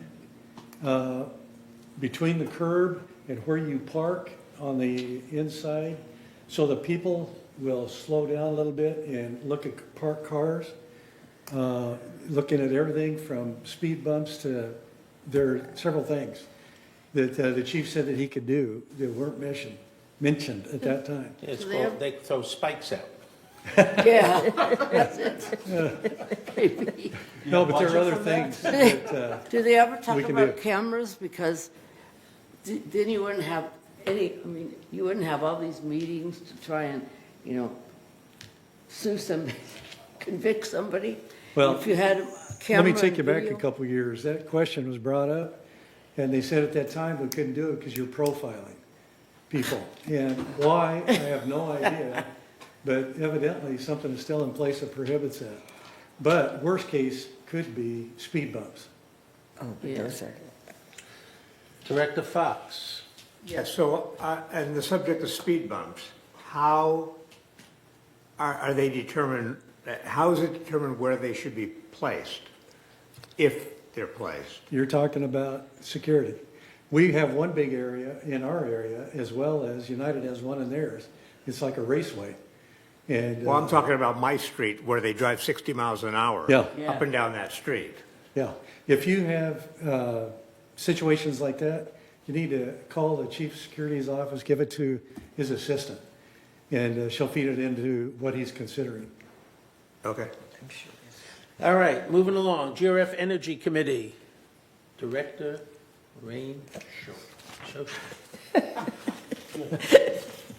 That committee had its inaugural meeting last week on March the 9th. This is actually a potentially very exciting committee because it consists of representatives from each of the mutuals as well as GRF, looking at a comprehensive approach to the energy issues we're facing. Most of the discussion centered at that point on solar panels, but we shall see where that goes. And the next meeting will be May 18th at 9:30 in the boardroom, and we'd just love to have lots of people there, so feel Thank free you. to join us. And finally, Land Use Ad Hoc Committee, Director Hopkins. Thank you, sir. This is a brand-new committee for GRF. It has yet to meet, and so the first meeting is March 27th, 2026, at 10 a.m. in the boardroom, and I am as anxious as you are to find out what this is about. Thank you. All righty, we now move to future agenda items. We have a number of items that have been taken care of. We have 3 that are coming forward next month. Is there anything else for the future agenda items at this point? Hearing none, we'll now go to director's comments. I'll start on my far left, and Director Hopkins, you're up. Great meeting, Mr. Chair. No comment. Thank you. Director Parsons. No comment. Director Park. No. Director Rain Shostak. My only comment is tomorrow afternoon at 4:30, right here in the boardroom, is one of our new resident orientations. And although you are expected to sign up in advance, we would love to have you there. It's more important that our residents and our members know what's happening, and it seems to be a lot of information. And the best part of it is when people are there, they ask the questions that we then can answer. We don't know what people are really concerned about. So we urge you, if you haven't signed up yet, come. You can sign up at the door. And again, 4:30 tomorrow afternoon, and runs till about 6. Director Karimi. Thank you, Mr. President. I just want to let everyone know that Thursday is the first day of spring, and that's the Persian New Year. And I want to, say Happy New Year to everyone that celebrate the first day of spring. Sure. Thank you. Director Johnson. No more comments. Director Fox. No comments. Ms. Laster. Ms. Michaela. All righty. I would like to say the following. Oh, Peggy. Peggy, comment? No comments. Thank you. All right. I'd like to say the following, that Craig Wayne should be joining us next month. He is looking like he's returning to full health after being gone for 3 months. In fact, today he's supposed to be going home. So we want to wish Craig a full recovery and look forward to having him back here. I also want to thank some board members for stepping up and helping out with various things, such as Donna, who's now taken over many of the new resident orientations. Thank you. Director Parsons, you are in the process of working on some articles for the Breeze. Director Johnson, you've stepped up and volunteered to help out and take place when other people can't participate. So I want to say thank you to you folks, and I want to thank the staff, as usual, for the great support that they provide. And to everybody else, happy St. Patrick's Day. Have a wonderful day. See you next month.